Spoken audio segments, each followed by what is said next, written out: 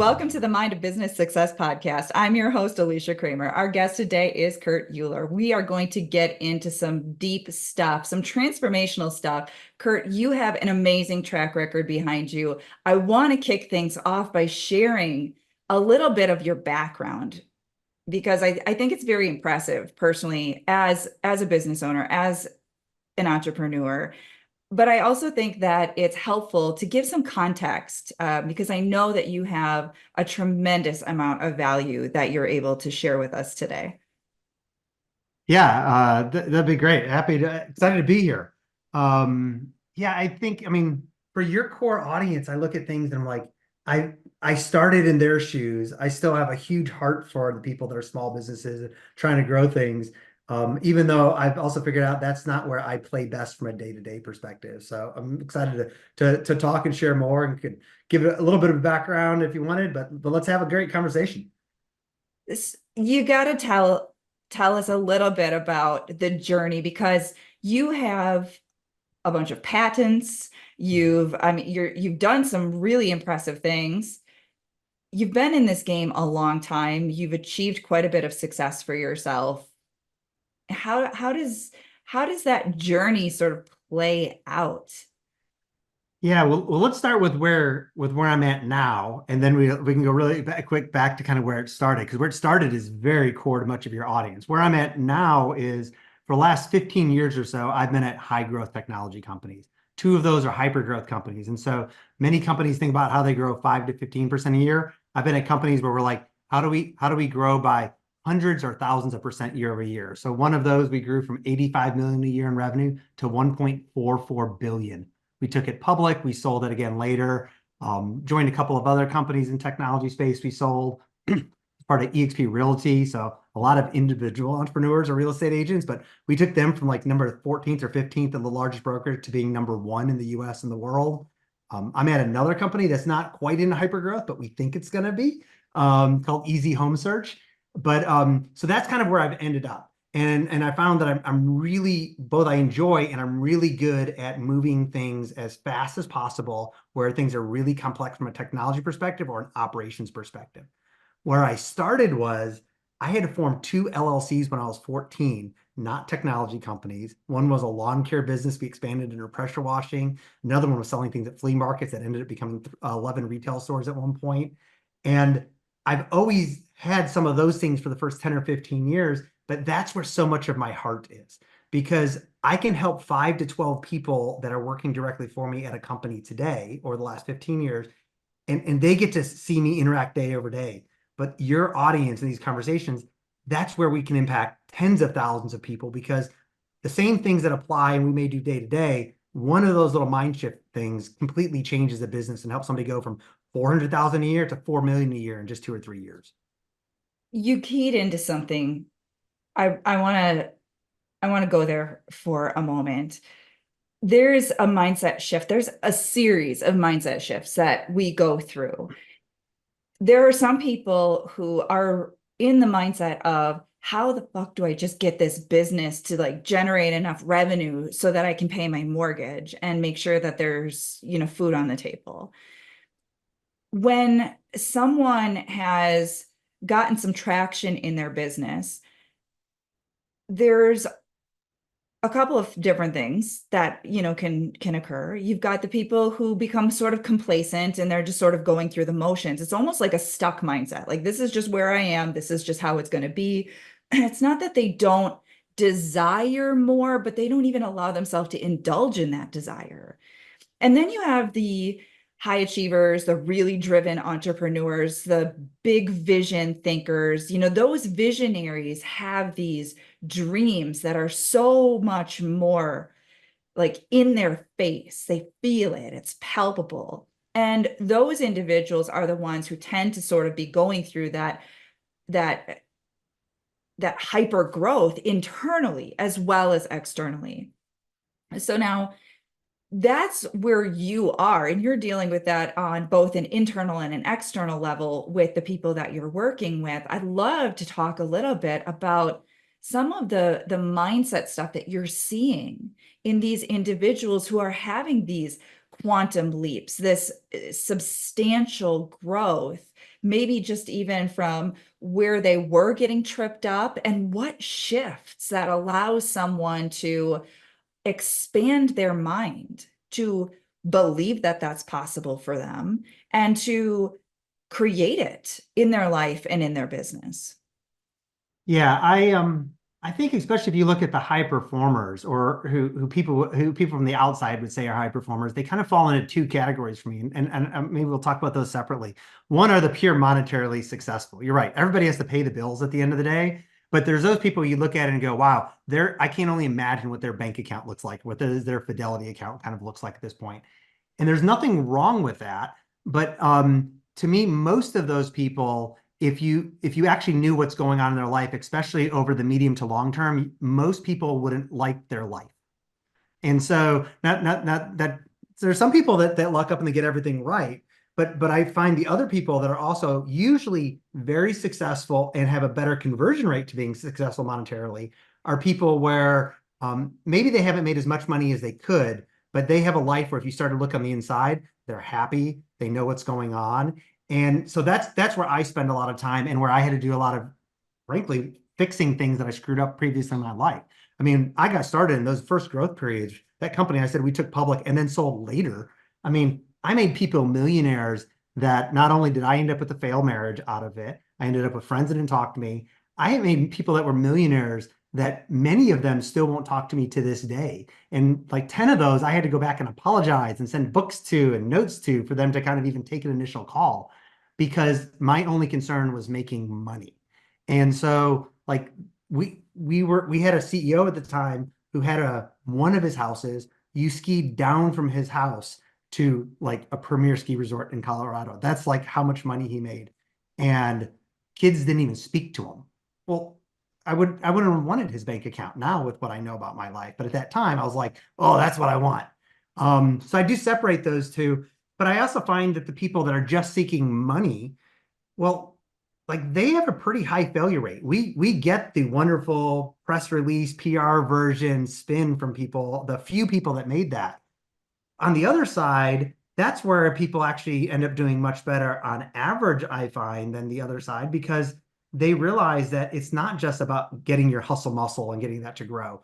If you want to be more successful month over month and quarterly after quarter, you need rest time yourself. You need time with friends and family. As you hire your first person or your 15th person, you need to realize and treat them in a way so that when they have something come up and they get thrust into elder care or a spouse gets cancer, well, maybe their productivity goes down for a couple of months, but over the year, they're still one of the most productive people you've ever worked for.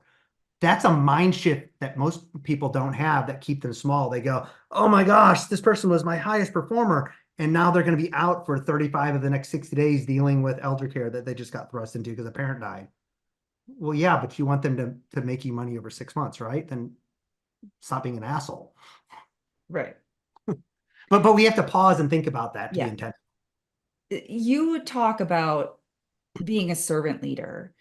I want to talk a bit about that because I understand what that means, but there may be some people listening who don't. And I think that it's the perfect tie into this conversation that we're having because we're we're not just driven by the externals. There's more to it. And that's where the meaning and the fulfillment comes in. And that's why I think a lot of people listen to this podcast is because they're not just doing it for the money. There's a lot of other flashy, ultra successful, people doing podcasts out there that it's about the money. It's about the sales psychology and, all the stuff. Right. But a lot of the people who are listening to this, they want the money, they want the success, they want to do better for their family, they want to do better for their employees, but they want to feel like they're doing something valuable with their life. So I'm going to hand the mic over to you, and I want to talk about this from your perspective, since this is an area that you really specialize in. Yeah, I do get brought in, I mean, around the world to speak about high achieving servant leadership. And I think when people bring me in, it's either in the meaning purpose group, And that's why they're wanting to talk about things. That's kind of where you initially asked. And there's nothing wrong with that.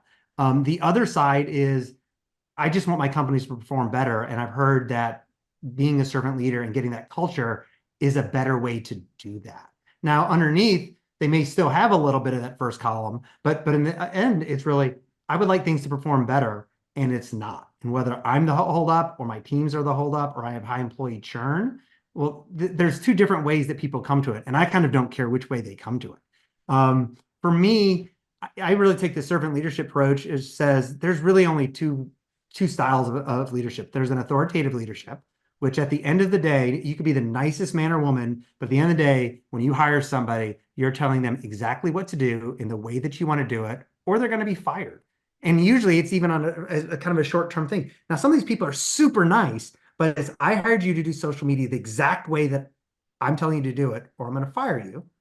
And then there, on the other side, there's the servant leader. And the servant leader says, look, my first mindset shift is to say, I hire you to help me accomplish a business outcome. Maybe that's social media if I stay with that example, but I'm still trying to get something out of it. And I may have strong ideas even about how I get that done, but I'm holding them loosely because either one, you may have different experience than me, or you may try things, or we may talk about ideas that are different than the way I've done that in the past. And I may also just be wrong. And so if I'm hiring you, I'm not hiring you to do social media the way that the way that I'm telling you to do it. I'm hiring you to help me be successful in whatever that category is for my job. At which point, then, the moment I write you a check, two things happen in my mind. One, I acknowledge that my check to you is no different than anybody else's check. 50 grand a year is 50 grand a year. And so I'm giving you that. And the second thing is, my job at that point is to actually serve you because this is the outcome I'm giving you money for, and we're exchanging that. My job then is to show up every day and say, how can I help you better accomplish what I've hired you and trusted you to do for my business, whether it's my side hustle or my full-time gig. That's just a mindset shift between doing exactly what I said the way I said to do it versus here's the outcomes I want. I have some really strong opinions. I mean, I have a 27-page document about how to do interlinking for blogs. Now, it's not all applicable, but it kind of encompasses all industries I've been in. I have some really strong opinions, but at the end of the day, what I'm wanting in that the person that's implementing that is I'm wanting rankings, I'm wanting leads, I'm wanting the business to grow. And it keeps getting longer because I bring in people that say, could we try doing this? Or what about if it's an affiliate site? How do I treat that? For someone listening who maybe just has a small team, where can they start? So you mentioned that, people come to this for different reasons. There's different underlying motivations, and that's just how we are as human beings. Some people are definitely more heart-centered, and sometimes that can get them in trouble, right? Because there's a little bit of they're out of balance, right? We see the imbalance on the other side of the spectrum as well. But let's just assume that we have some people who say, okay, I understand I may have some imbalances, but I really do want to get this right. Where can they start? Do you have any tips, any suggestions, any guidance for someone who's sort of new to this concept and is saying to themselves, I want to be that better boss. I want to be a better leader. I want my people to feel that I genuinely care, that they are an important part of this, this company, this business, this community that we've created. Yeah, I'm big on writing things down just because I find, at least for myself and people I've coached before, that no matter how good we think we are about keeping everything in our head, it's we're not. And there's something therapeutic about starting a list and coming back to it. And so I think both for especially if you have a small team, it's almost more important if you have a small team, is to start Google Sheet. I like Google Sheets just because you can put things in columns, and then because they segment things. And so one is I want to have outcome. Usually somebody will start with jobs to be done. And so I'm hiring people to take these things off my plate or to take the things off somebody else's plate. And so here's the job to be done. But you need to put right next to that the outcome that you're trying to accomplish from that. And then another thing, and both one, you need that for clarity in your own mind, but you need to start sharing that with as many people on your team as you can. the full list for some of them, but also especially the compartmentalized list for things that just affect those people, and never just the things you're giving to them. I mean, most people, when they're in an environment where they feel cared about and know that, hey, if I screw up this week, you're still not you're not going to fire me. I mean, there are always things that are fireable, but you're with me in this for the long haul, and you mess up on things as well, and you expose that to me. Well, then I want to do more. I want to show up more for the boss that does that for me. Well, I need to know, what have you hired me to do? Well, this is what you've hired me to do, and these are other problems that you have going on that are taking on your time. So, like at my last company at EXP Realty, I had two people on my team. One entire job was just to ask for my stack of note cards. He was local. He happened to be local. Most of us were remote, and he just asked me to show it to him on camera. And he's like, if it's too thick, I'm going to drive to your house and get it, or you have to enter that into Trello so the rest of us can figure out how to help you. And the other person had the power more than anybody to speak into me. He could see my full calendar, all my email, and could see where I was spending time that was not congruent with where I said I needed to be spending time for the business. And so I gave away power that said, your job, part of your job is to push back on me on this so that I can keep working on this list of things, of jobs that need to be done that I don't need to be doing. And so I think writing those lists are very important because, one, we're not always true to ourselves, but other people have ideas to help, and or there may be ways to accomplish those things that are way better than what like your listeners may have. You may think something's going to take 50 hours to do, and somebody on your team, if they know about it, the seed rolls around for a little while and they realize, I think we could try this and get it done for 3 hours, not 50. Well, if they never know that you're struggling with that problem, wanting that, you'll never have that conversation. So if you ever get around to it, it's going to take the 50 hours in your way of thinking. I love this. I mean, there are probably a lot of different tangents we could go off on just based on what you just said there. I'm gonna let that just sort of percolate for some people, and maybe they can come up with some creative ideas to start to integrate that into their business and with their team. Yeah, I want to share just a personal thing about how we tend to overlook people. So, my husband is he is very entrepreneurial also, and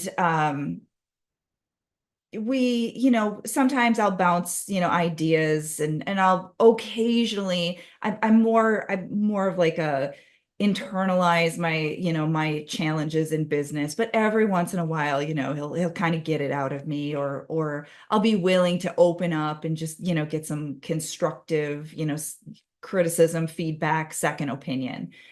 And just over the weekend, I thought to myself, why in the hell don't you mastermind with your own husband on this challenge that you're having? You know that he always, like, he's an ideas guy, And so we just bounced couple things off of each other and had one of those light bulb moments.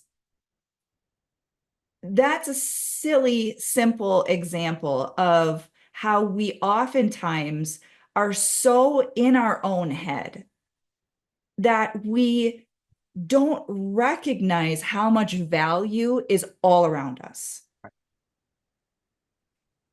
Yeah, I think one of the things from the example you gave was, sounds like you all are able to do something that I find a lot of people can't do with their spouse, and that's have the business conversations. I find like even couples that are in the same business often will compartmentalize because it's hard to be partner and business partner and spouse at the same time. But I think where people can do that, or where they can force themselves to do it, and I've got a tip for people to force themselves on that. It's hugely beneficial, whether it's a spouse, it could be a friend, it could be somebody at your office. I had one of the companies I was at that we had two really good exits with it. We sold it twice. I was both the CMO for the company, and I was an executive coach for my boss. Well, you can't be both of those people in the same conversation. I can't be. I can be both of those things for the same person. And so sometimes he would shift and ask that. I need to ask you as somebody else here, but I literally would have to do something physical to be able to have that conversation. I'll put on my glasses. I'll put on a hat. It's got to be something that is a shift to, if I put on my hat, now I'm the coach here for this conversation, because it's helpful for both people to intentionally say, let's just change that mentality a little bit. But at least for me, I need tricks like that sometimes to get myself into the mind shift of, oh, we're friends, but now you're going to ask me business questions, or vice versa. It's like, or with my spouse, I usually don't want to ask her for, she comes to me with keynotes. She helps me suggest, do a lot of that work. It's hard for me if she just comes in with critical feedback. It's brutal. It hits all the shame triggers and it's horrible, but it's so valuable, especially if I can prepare for it. So I have to ask for it. Or she'll ask you, like, I have feedback for you. Do you want it now or later? And we'll put time on it. But when you do that, there's all of us have so much wonderful wisdom around us, even if it's just the wisdom of somebody that doesn't know your business. That's hugely valuable as well. Yeah, absolutely. Absolutely. It is a mindset shift. A lot of times we just have to identify how our own ego is getting in the way, whether it is with, in our marriage, or it is with business partners or colleagues or employees or whatever. It's got to keep the ego in check, because I think that is something that holds us back way more than it needs to. And I'm sure you've seen that a lot, especially going back to what you shared earlier about the business, the business driver being financial Right. predominantly versus someone who is more, coming from that heart-centered, place of service. Well, and I also want my teams to try things. Like, I mean, for the audience to think about, I mean, how much pressure do you have if the only decisions, the only choices, the only things that people do in the company are ideas that come from you and they have to be right? Like, you're gonna burn. That's what burnout leads to. On the other hand, if you want people to try new things, to come to with you ideas, doesn't mean that you allow them to implement them, but at least to come to you with ideas that some may be good, some may be bad. Well, you can tell people all day long to come to you with ideas. You can come to them and say, "Hey, go try new things." The only thing that's really going to change behavior is if you start to share with them your failures, your losses, in addition to just telling them that. And so, for me, that's a huge thing that says, like, whether I have a 2-person team or a 22-person team or a 52-person team, once a week I have a call with everybody, and we're just going to walk through what's going on in the business, what I want to accomplish. And then usually something has come up from the previous week where it's either my own experience where I can share, here's something Kurt screwed up on this week, or something else has happened and I ask for permission if I can share it in front of others. And when you do that, people won't change their behavior overnight, but over weeks and months, especially if you've been the authoritative boss, they'll start to do that. And so it's like, you want people on your team to come to you with confrontation, because there's always confrontation with other people, but you want it to be healthy. What's not healthy? It just sits around and ruminates in someone's head for 6 months, and it becomes a little toxic, and they leave, or it's a problem, or bubbles up over to them, or that happens between two people on your team. Well, you need to create an environment where that things come up. Well, I usually do that well. I did not do it well with a friend of mine that worked as a peer named Alan, and others saw it for like 3.5 months and nobody else brought it up. And finally, I saw it one day. Well, after I saw it, I went to Alan. I apologized to 2 people that were in a meeting. They saw my emotions erupt out of it. In our next all hands meeting, after asking permission, I shared, "Hey, I don't know who else has seen this over the last couple of months. This is what's going on." 3 people came to me in the next 24 hours that said, "Hey, I have something else going on similar like this. How do I address it in the company?" And all 3 of them, in addition to my own thing, which would have been number 4, was holding back the team from performing. So both meeting people from an empathy perspective, but also unlocking real performance where, like, I was hiding from Alan in meetings because I didn't want to work with them for certain things. And it was my issue that I should just address with them. This is powerful. And I kind of wish that I could have you for longer, because I know that there's so much more that we could get into. But since we are at the end of time, I want to make sure our listeners know how they can connect with you. So can you share with us website, social media, anywhere that you want to direct people to learn more about you, follow what you're doing, reach out to you? Yeah, so my personal website at Kurt Uhlir, UHLIR.com is the best place. It'll splinter you off too. If you care a little more about the business side of things and articles, there'll be things in there. It'll send you to LinkedIn. If you want to see me and my kids and how I'm intentionally taking time off, it'll send you to Instagram and show you that, we're at basically Blippy World watching, at Catch Air last weekend. And so it'll splinter you off almost anywhere. Awesome.